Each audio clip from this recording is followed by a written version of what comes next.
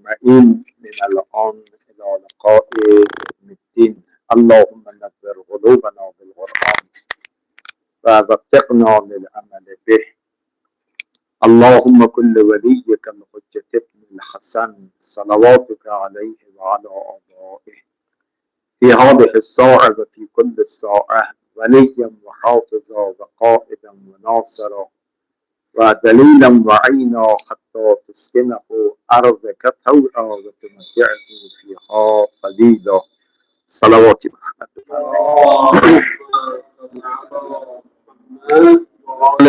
محمد و عجل. بحثمون در رابطه با تحسین یا افزایش صبر بود. دو راهکار رو از منظر قرآن بیان کردیم. راهکار سوم برای تحسین صبر و یا افزایش صبر عبارت است از خدا باوری و معاد باوری. یعنی اگر انسان به مبدأ و معاد اعتقاد صادقی داشته باشد، به راحتی میتواند در برابر مشکلات و مصائب و همچنین در برابر معصیت صبر بکند. हमारी गुफ्तगू जो सब्र के हवाले से थी वो इस मरहले पे आ चुकी थी कि हम कैसे जो है वो सब्र कर सकते हैं और सब्र को कैसे हम हासिल कर सकते हैं। तो इसके लिए तीसरा आमिल और तीसरा फैक्टर जो है इन्होंने फरमाया वो खुदा बावरी है, यानी तौहीद पे एतमाद और यकीन रखना। इसी तरह क़यामत पे जो है वो यकीन और एतकाद रखना कि इससे हम सब्र कर सकते हैं और मुश्किलात और मासियत से हम दूर रह सकते हैं। نسبت به خدا باوری انسان به این باور باشد که خدا همیشه نسبت به من و اعمال من هم حاضر است هم ناظر است هم شاهد هست.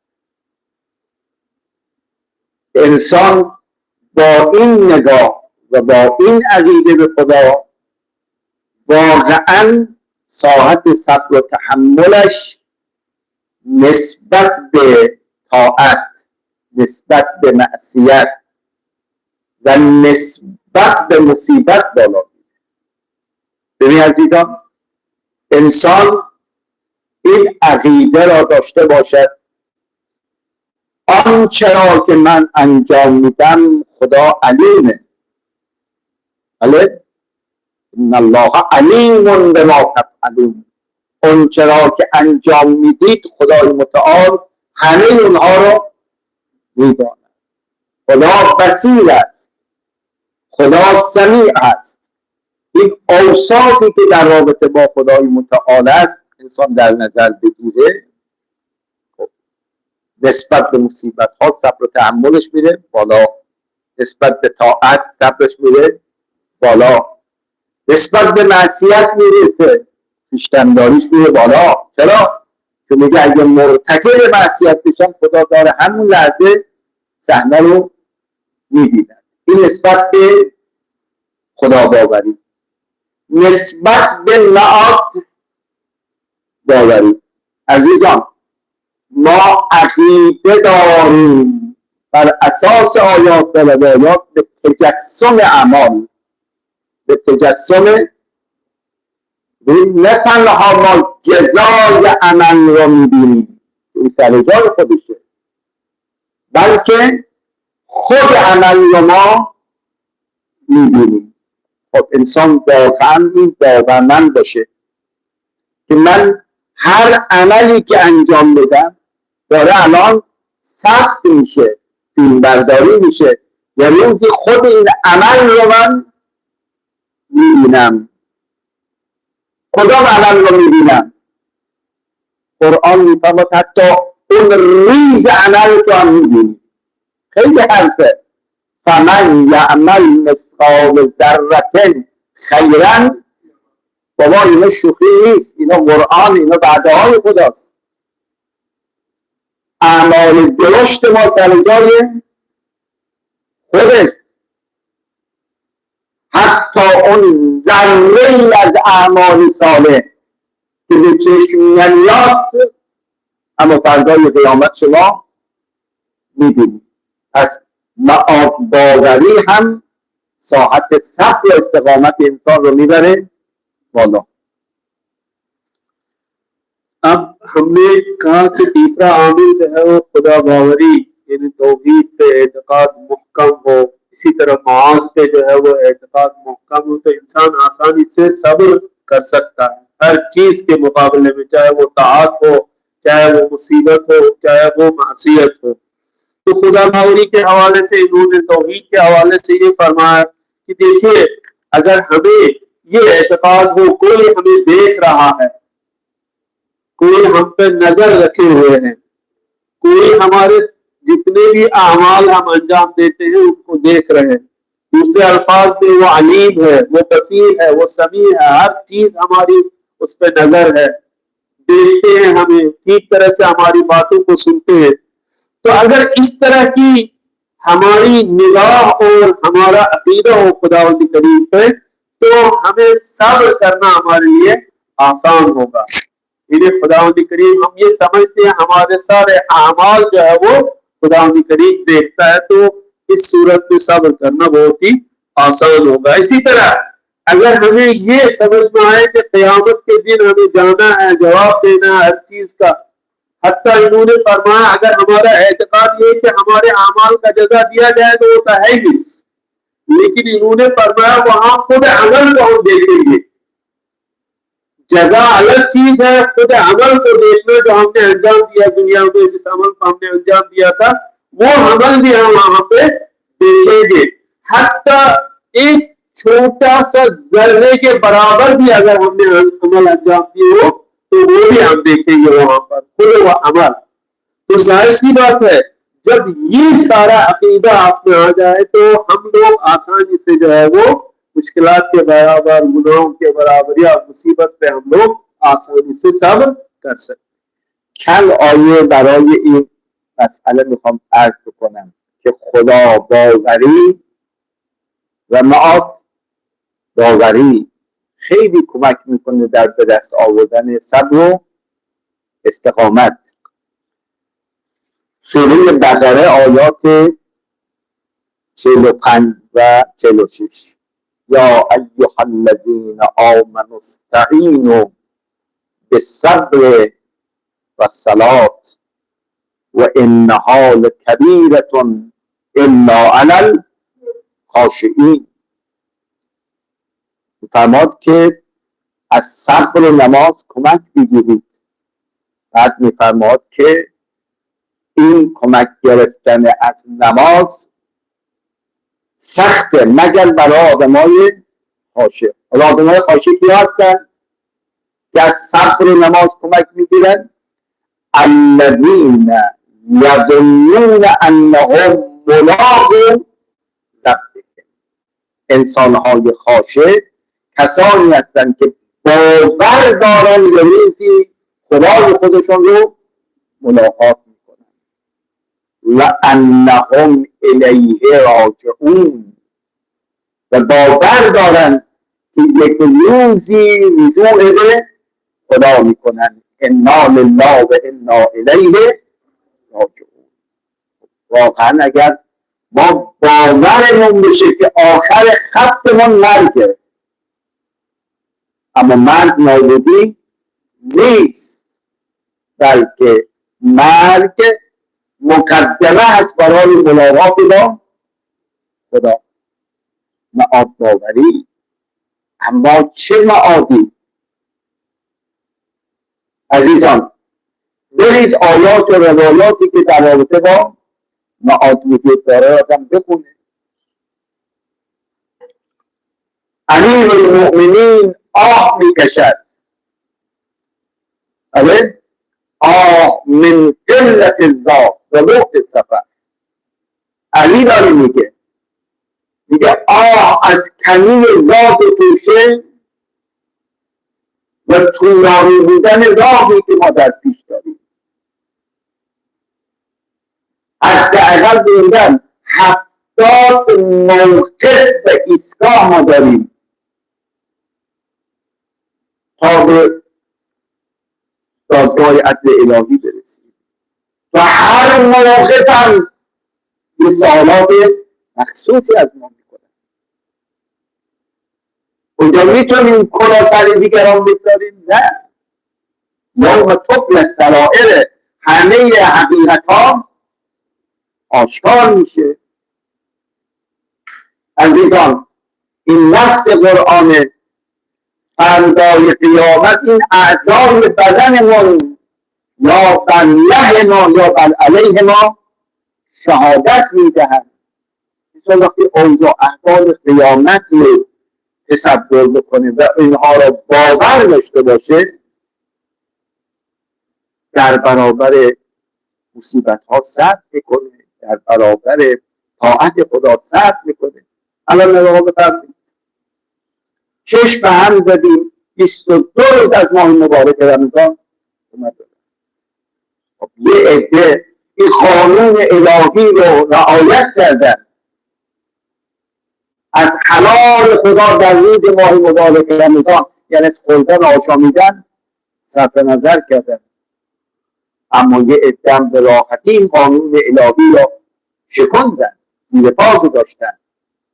هر دو گروه ماه رمضان گذشت، اما فردای قیامت اونی که اطاعت خدا کرد، در روایت داریم یکی از دعاهایی که روزگار احساس خوشحالی میکنه عند لقاء ربه، وقتی میخواد ملاقات خدا بکنه این روزگاری اونجا به دردش میخوره.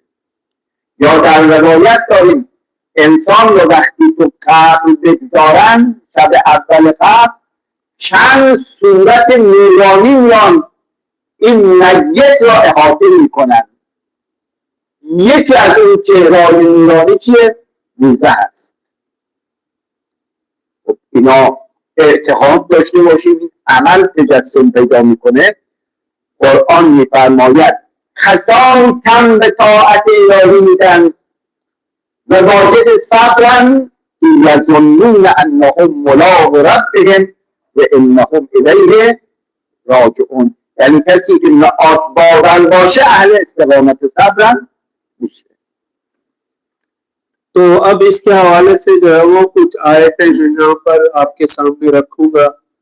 तो जाहिर सी बात है कुरान करीम में जो है वो सूरह बकरा में कुछ आयत में इस तरह है, या अय्युहल्लज़ीना आमनू इस्तईनू बिस्सब्र वस्सलाह, हमसे कहा गया है कि आप जो है वो सब्र और नमाज से आप मदद लीजिएगा।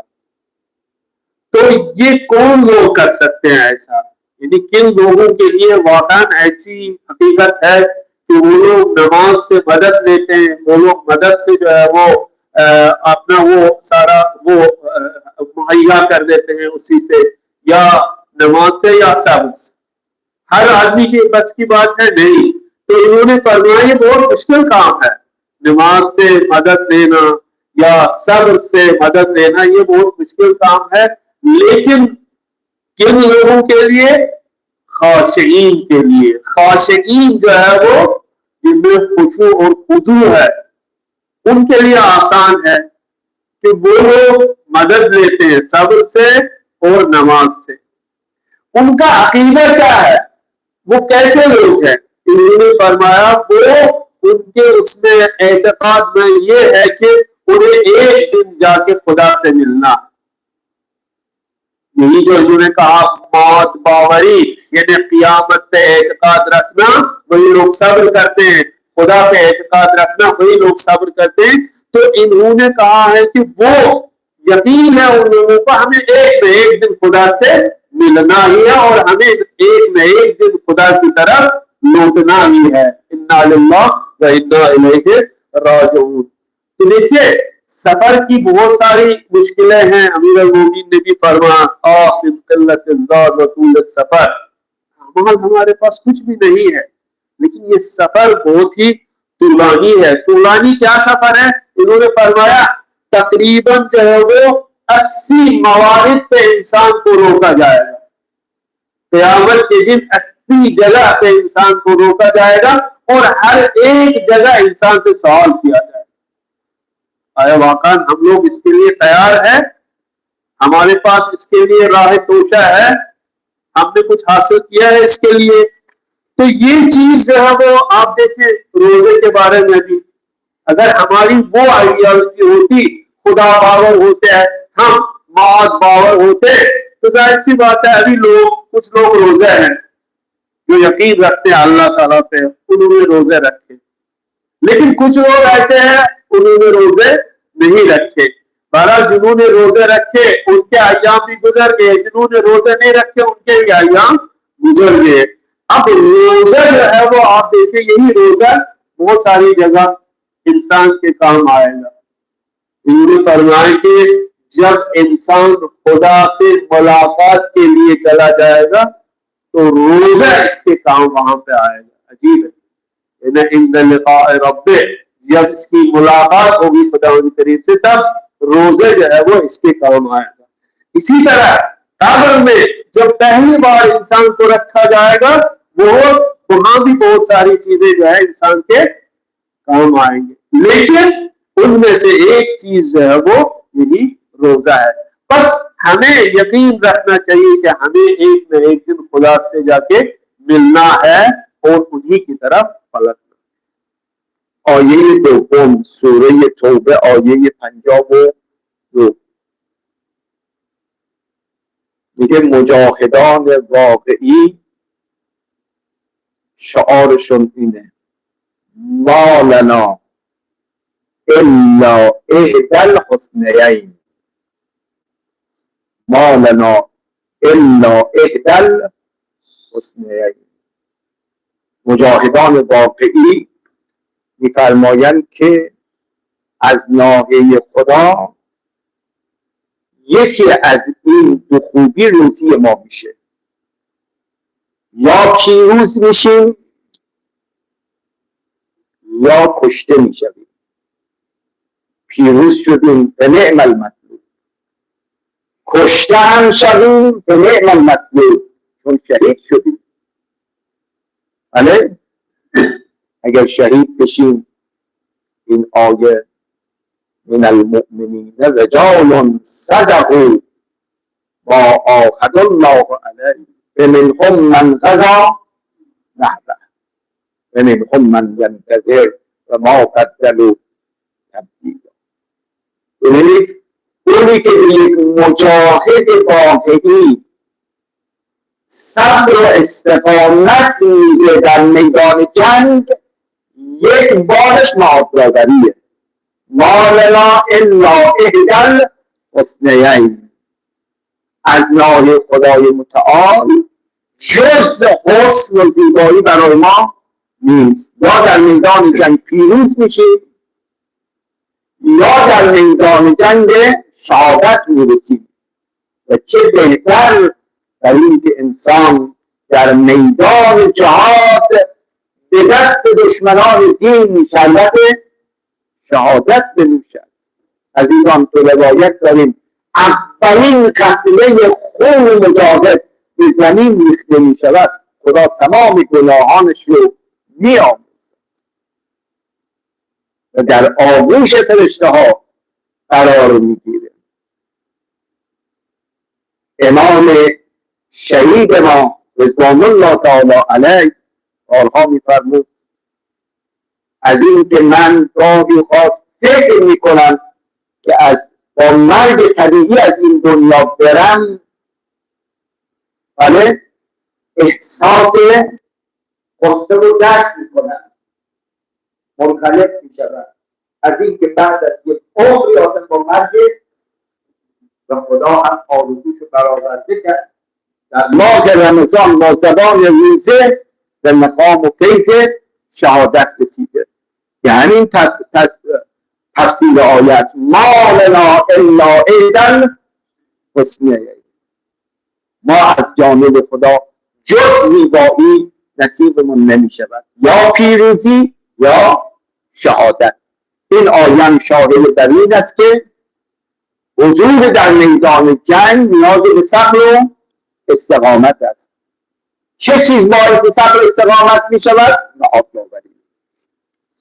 दूसरी आयत मुझे इस हवाले से कि हमें जो है वो सब्र करने के लिए हमारे लिए क्या चीज मुफीद है और किससे हमारा सब्र जो है वो और भी बढ़ेगा, या अगर हम में सब्र नहीं है तो इजाफा होगा या सब्र ईजाद होगा।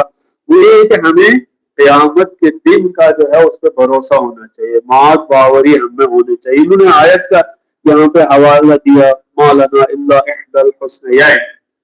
जो मुजाहिद होते हैं, जो लड़ते हैं खुदा के रास्ते में, कहते हैं उनके लिए दो चीजें उन्हें हासिल होती है। जाहिर सी बात है, जो खुदा के रास्ते में लड़ते हैं उनके लिए दो चीजें हासिल होती है, या वो शहीद होते हैं या वो पीरूज होते हैं, कामयाब होते हैं, जाहिरी जंग में जो है वो उनकी जीत होती है, या वो शहीद होते हैं। तो जाहिर सी बात है अगर वो शहीद हो गए तो इन्होंने कहा तब भी जो है वो निअमल मतलूब, ये लोग कामयाब हो गए। खुदा के रास्ते में जो शहीद होते हैं वो भी कामयाब है, अगर जाहिरी कामयाबी उन्हें मिले, पीरूजी मिले, तब भी वो लोग कामयाब हुए। जाहिर सी बात है अगर हम आप रहबर मकाम मुअज़्ज़म रहबरी की बात भी अगर आप देखेंगे सुनेंगे तो वो हमेशा रोते थे, हमेशा इस फिक्र में थे खुदाया अगर मेरी मौत आनी है वो शहादत हो, ऐसे ही नेचुरल डेथ और तभी मौत से मैं इस दुनिया से न चला जाऊं, मुझे जो है वो शहादत नसीब हो। देखिए अगर आपको खुदा के राह में आप शहीद होना है, आप सब्र जरूरी है आपके लिए। तो खुदावंद करीम ने उन्हें ये जाम शहादत नोश फरमाया और वो माह रमजान के महीने में इस दुनिया से किस तरह चले गए, शहादत की मौत इस दुनिया से चले गए। बस जिन्हें क़यामत के उस क़यामत पे एतकाद हो वही सब्र कर सकते हैं और वही मुजाहिद वाकई बन सकते। نقل است که شهید این ماه مولا الموحدین امیر المؤمنین سلام الله علیه وقتی اون طبیب مسیحی بعد از این که معاینه کرد و مایوس شد از حیات امام و به آقا فرمود وصیتی دارید بفرما، ظاهرا دخترشون ام کلثوم شروع کرد گریه کردن. آقا بهشون فرمود چرا دارید گریه میکنید؟ جمله اینجاست، فرمود اگر آنچه را که من میبینم شما هم ببینید گریه نمیکنید. چه میبینم؟ فرمود الان میبینم که همه انبیا صف بستن، در مقدمشون رسول خدا منتظرن تا از من استقبال کنن، فرشته ها صف بستن منتظر من علی هستن، مادرتون فاطمه منتظر استقبال من هستن، من میخوام به جمع اینها برم، دیگه جایی برای گریه نداره. واقعا انسان وقتی باور به معاد داشته باشه دل کندن از دنیا و مظاهر دنیا خیلی راحت میشه. لذا در روایت داریم از دنیا سجن و راحت الکافر، دنیا زندان مومنه. وقتی مرگش فرا برسه مثل این که به یک زندانی بگن که زمان محکومیت تمام شده آزاد میخواد بشی، چقدر خوشحال میشه.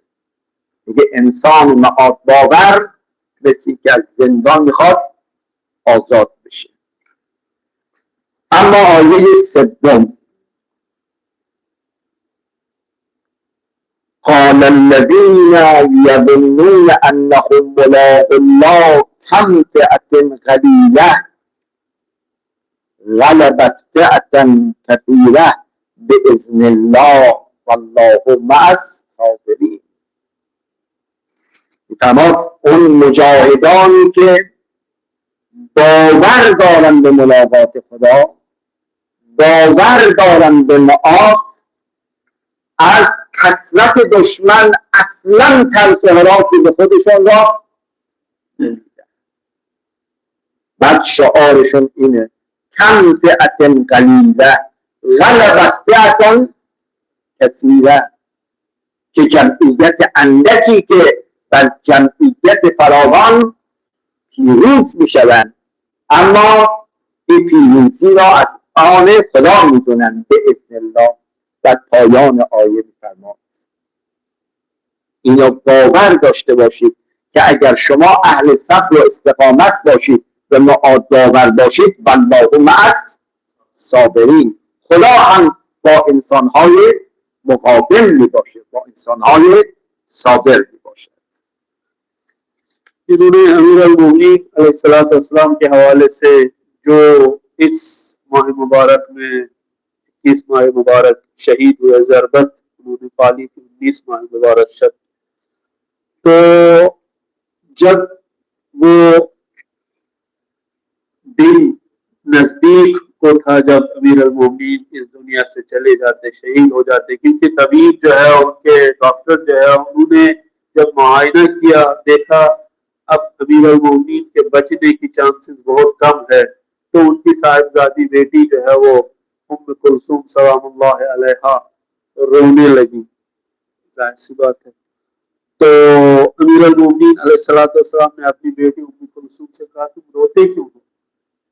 ظاہر سی بات بڑی مصیبت تھی بابا کا جانا اس دنیا سے، تو انہیں فرمایا کہ اگر آپ میں جو ابھی دیکھتا ہوں اگر آپ بھی دیکھ لیتے، ام کلثوم سے فرماتے ہوئے، تو آپ بھی گریہ نہ کرتے، آپ بھی نہ روتے، میں ابھی دیکھ رہا ہوں انبیاء جو ہے وہ میرے استقبال کو آئے ہیں، ان میں سے رسول رحمت صلی اللہ علیہ وسلم پہلے، اسی طرح ملائکہ جو ہے وہ میرے استقبال کو آئے ہیں، اسی طرح فاطمہ زہرا سلام اللہ علیہا۔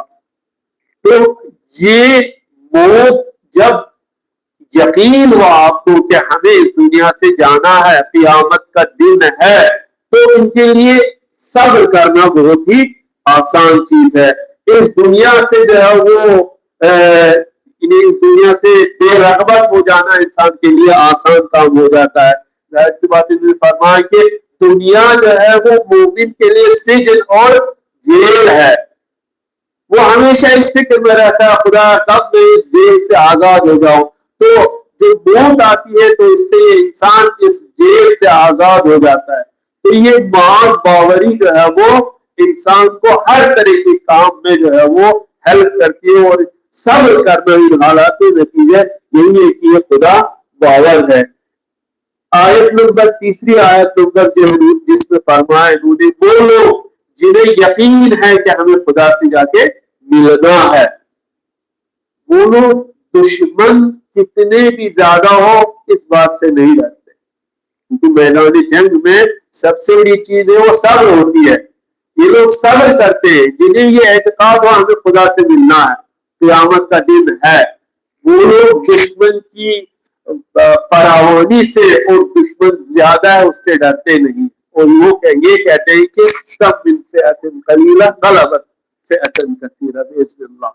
تو جو کم ہو، اگر مجاہدین واقعی بہت ان کی تعداد کم ہو، وہ ایک عظیم فوج پہ جو ہے وہ غالب آ سکتی ہے اور کامیاب ہو سکتی ہے خدا کے مدد سے باذن اللہ۔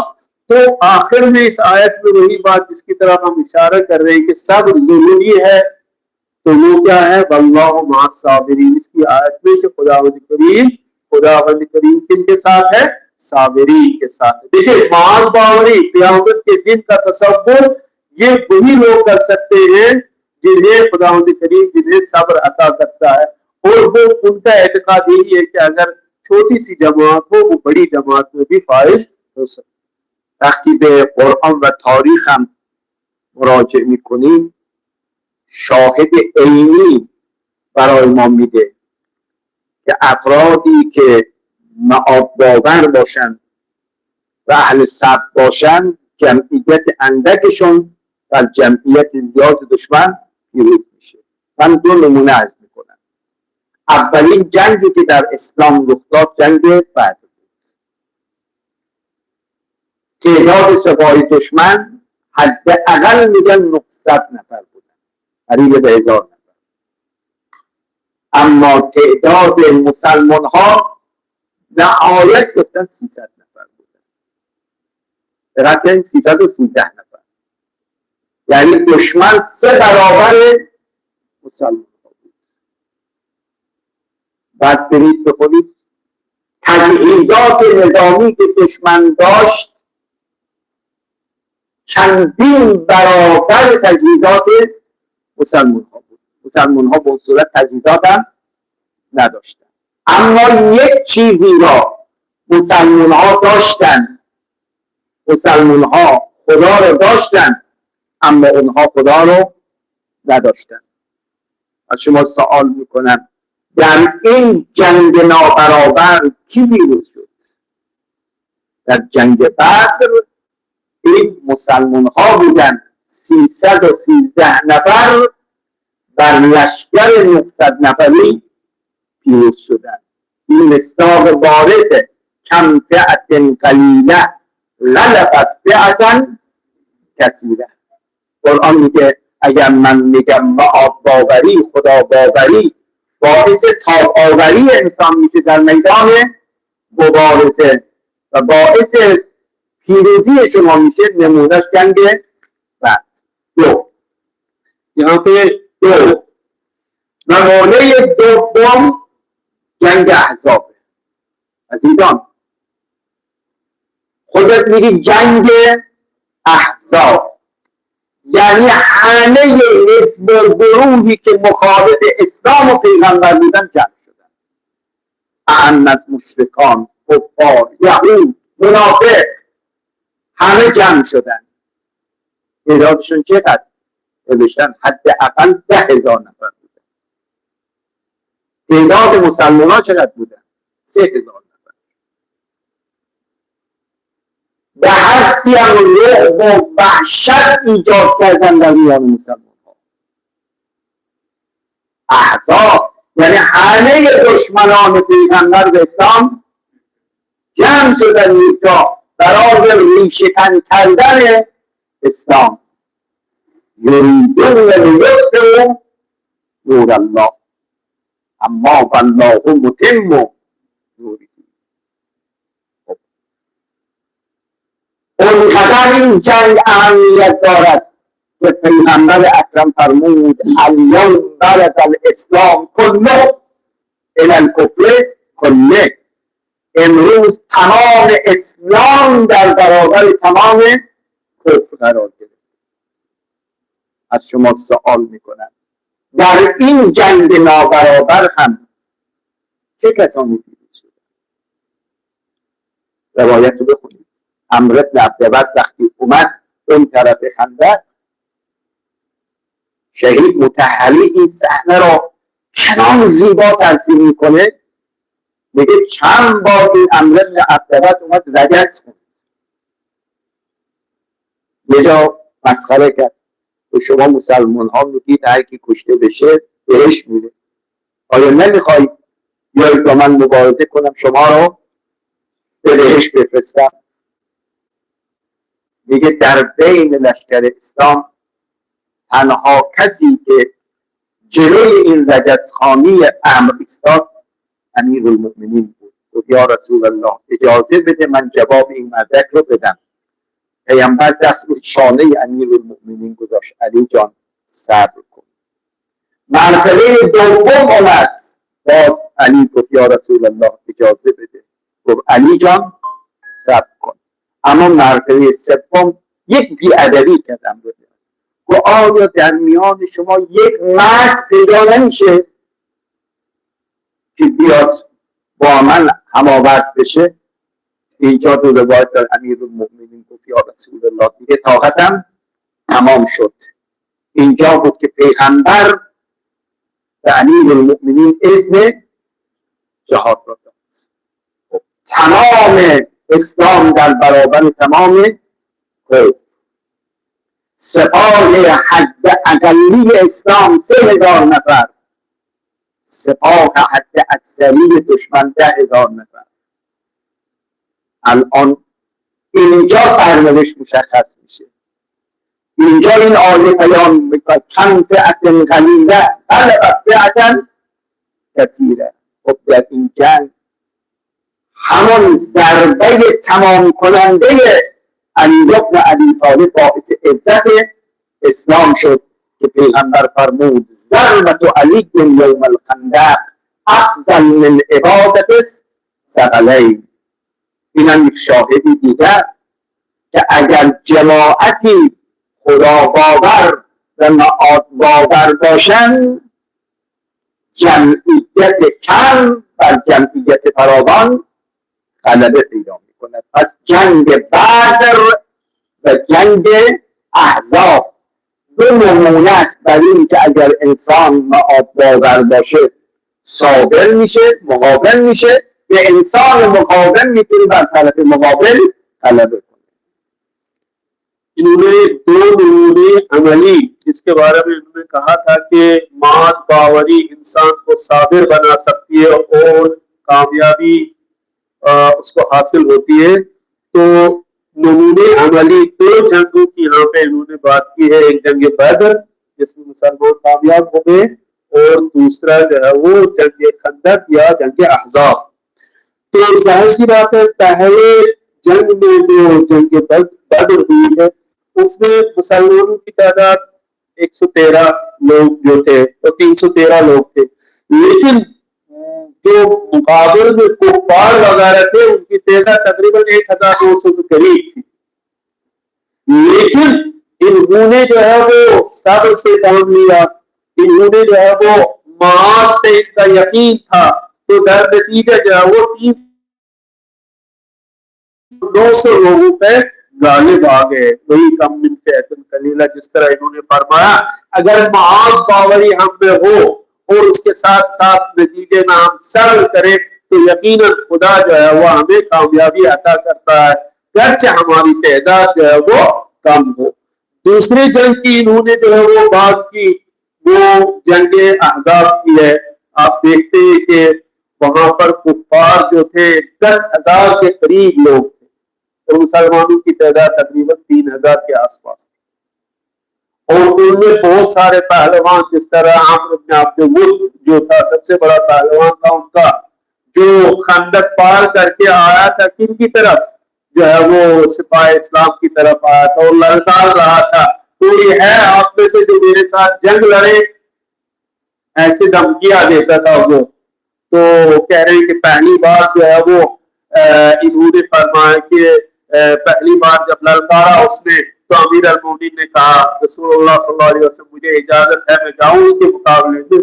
پیغمبر نے روکا. دوسری بار بھی پیغمبر جب آئے وہ للکارنے کے لیے تو دوسری مرتبہ بھی علی نے کہا کہ مجھے اجازت ہے میں جاؤں اس کے مقابلے میں لڑنے کے لیے. لیکن تیسری مرتبہ اس نے احانت کی، بدتمیزی کی، کہا آپ میں سے کوئی مرد ہے ہی نہیں جو میرے ساتھ لڑے.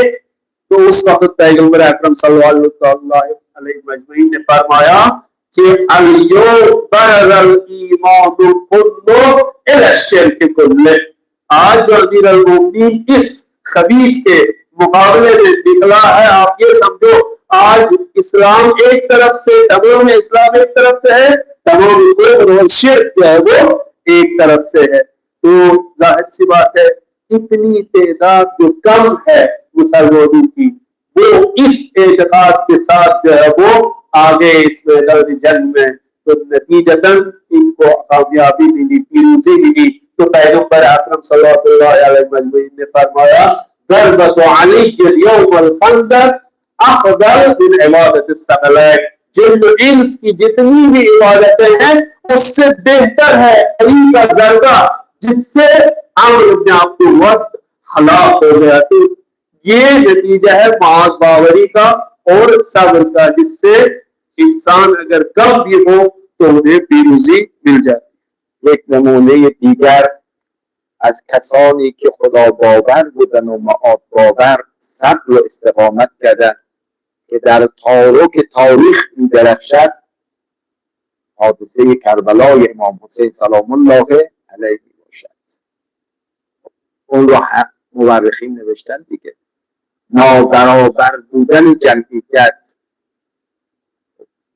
این طرف جبهه حق معروف و مشهور 72 نفر، اما در برابر چی؟ حداقل میگن 30,000 نفر. از شما سوال میکنم پیروز این میدان کی بوده است؟ پیروز واقعی حسین ابن علی ابن ابی طالب بوده است. در تاریخ داریم یکی از اصحاب امام حسین به شهادت رسید، یه بچه 11-12 ساله داشت. دیگه این بچه لباس رزمی مخصوص نداشت، لباسی پوشیده براش بلند بوده، حتی این شمشیری هم که گرفته اندازه قدش بوده. اومد محضر امام حسین که اذن میگیره برای میدان. آقا فرمود تو پدرت شهید شد، شما حق مطلب رو ادا کردیم، دیگه نیاز نیست. اصرار کرد این نوجوان، گفت تکلیف مادرت چی میشه؟ شاید مادرت راضی به این امر نباشه. از کرد آقا جان خود مادرم این لباس رو بر اندامم پوشید و منو به میدان فرستاد. آقا اجازه داد. این نوجوان رو دقت کنید، دیگه سوار مرکب شد. وقتی اومد مقابل دشمن ایستاد، نمیاد میگه پدرم کی بود و شهید شد. اینجا خودشو معرفی میکنه، امیری حسین و نعم الامیر.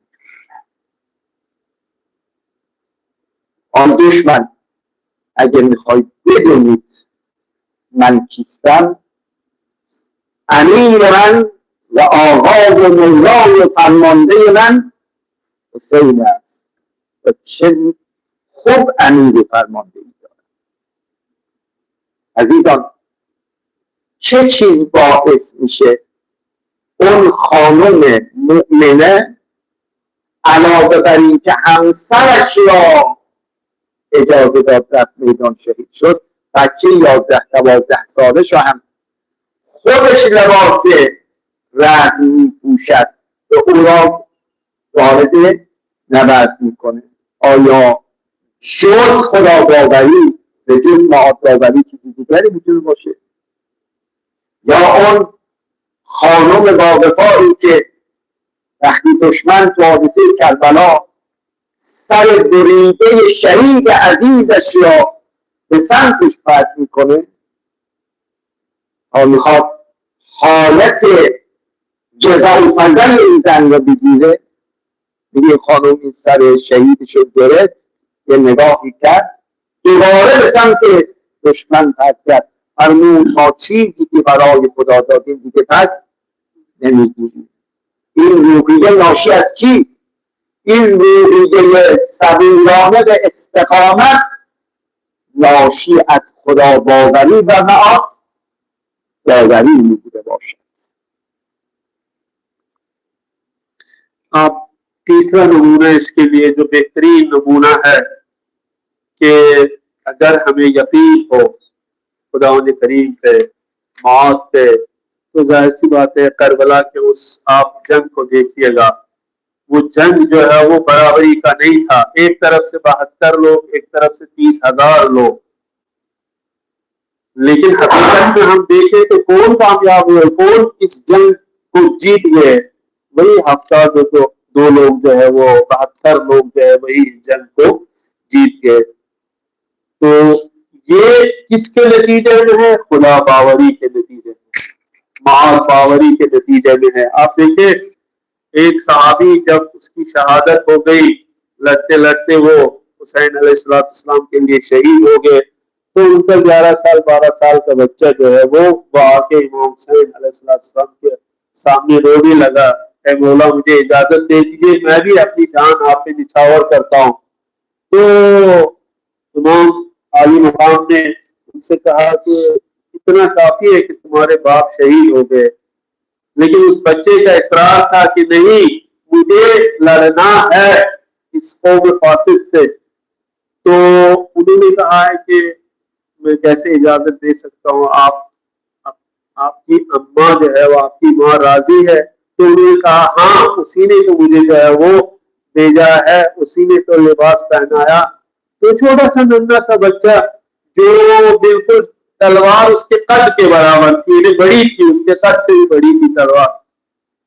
वो आखिर में जब इमाम हुसैन अलैहिस्सलाम ने जो है वो इजाजत दे दी उन्हें, सवारी घोड़े पे सवार हो गए, निकल गए जंग की तरफ, तो ये जुमलात पढ़ने लगे कि मेरा अमीर और मौला हुसैन है, और दुनिया का सबसे बेहतरीन मौला जो है वो अबा अब्दुल्लाह अल हुसैन। देखिए ये एतकाद कहाँ से आता है? ये सिर्फ जो है वो खुदा बावरी और माज बावरी का नतीजा है, जिससे इंसान सब्र करता है और हक की राह में जो है वो लड़ता है। आप देखिए उस औरत जिसका पति या उसका मर्द जो है वो शहीद हुआ था, तो उनको आजमाने के लिए जो है वो शहीद के सर को उनके सामने रखा गया कि वो जो है जजा कजा करे, वो बेताबी करे, बेसब्री करे, लेकिन उसने वो सर वापस दे दिया उनको। कहा जो चीज हम खुदा के रास्ते में देते हैं हम वापस नहीं लेते। ये एक औरत का स्टैंड कैसे हो सकता है यह हासिल? सिर्फ इसमें आप अगर मुवाहिद हो, खुदा बावर हो, आप क़यामत पे आपको एतकाद हो, तो ये सारी चीजें उसके लिए आसान हो जाती है। ادامه بحث انشاءالله جلسات آینده ایام سوگواری اول مظلوم عالم مولا امیر المؤمنین سلام الله علیه هست. اگر اجازه بفرمایید یه ذکر توسلی بگیریم به دختر سبوی امیر المؤمنین حضرت زینب سلام الله علیها، مجسمه صبر و استقامت از زینب و اونی که زینب را صبور نگه داشت، همین معاد باوری و خدا باوری بود. همه شنیدید روز 11 محرم وقتی اسرا رو میخوان از کربلا به سمت کوفه حرکت بدن، کاروان اسرا را گذرشون از گودال قتلگاه و در میان ابدان شهدا بود. میگن تا چشم این بچه ها، خانوم ها به این ابدان افتاد، همه خودشون رو از شترها به زمین انداختن. هر کس کنار بدنی رفت، اما زینب مادر دو شهید دو پسر داشت، اما زینب دنبال جنازه پسراش نمیگردد. چرا؟ چون عزیزتر از پسرش برادرش حسینه. زبان حال زینب اینه، گلی گم گشته‌ام میجویم او را، به هر گل میرسم میگویم او را.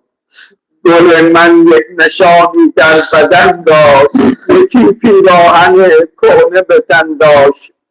دنبال حسینش میگشت، یه وقت صدایی بشنود اخیه الیه، خواهرم بیا گمگشتن اینجاست. زینب رفت، شمشیر شکسته ها رو کنار زد، نیزه شکسته ها رو کنار زد. یا صاحب الزمان، یه وقت چشم زینب افتاد به یک بدن بی سر، مجروح و عریان. اینجا زینب با تعجب سوال میکند انت اخی آی بدن بی سر، آیا تو برادر زینبی میگه تا حسینش را شناخت چند عمل دختر علی انجام داد. یک خدا باوری یه وقت دیدن دستاشو بزن آسمان بلند کرد اللهم تقبل منا هذا القربان. خدایا این قربانی رو از ما اهل رزق قبول بفرما. عمل دومی انجام داد، شکر به سمت مدینه یا خطاب به جدش رسول الله یا جدا یا رسول الله ملک بلندشه روز خم زینب است گریه ها ما محبین انجام بدیم یا رسول الله هذا حسین که مرمن الدماء مقطع الاعضاء مسلوب الامامت والرضا. اما عمل سومی زینب انجام داد. صدا داداش نمیخوام برم از کنارت اما دارن منو میبرن.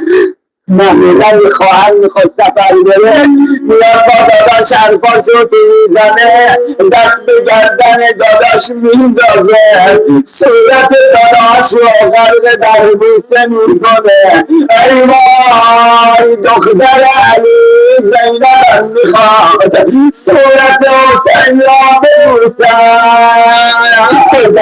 اما میدونه داداش سر در بدن نداره. همه دیدن دختر علی زان زد این عباشو گذاشت روی لبهای مریشن حسین. الا لعنت الله علی القوم الظالمین و سیعلم الذین ظلموا ای منقلب ینقلبون. نسألک و ندعوک باسمك العظیم الاعظم الأعز الأجل الأكرم. إلهي بمحمد وعلي وفاطمة والحسن والحسين وتسعة المعصومين من ذرية الحسين يا الله يا الله يا الله يا الله يا الله يا الله يا الله يا الله يا الله يا الله. إلهي يا حميد بحق محمد، يا آل بحق علي، يا فاطر بحق فاطمة، يا محسن بحق الحسن، يا قديم الإحسان بحق الحسين. اللهم عجل لوليك الفرج والعافية والنصر واجعلنا من خير أنصاره وأعوانه والمستشهدين بين يديه. اللهم انصر الإسلام وأهله واخذل الكفر وأهله. اللهم اشف كل مريض. اللهم اجعل عواقب أمورنا خيرا. والسلام عليكم ورحمة الله وبركاته. صلوات الله.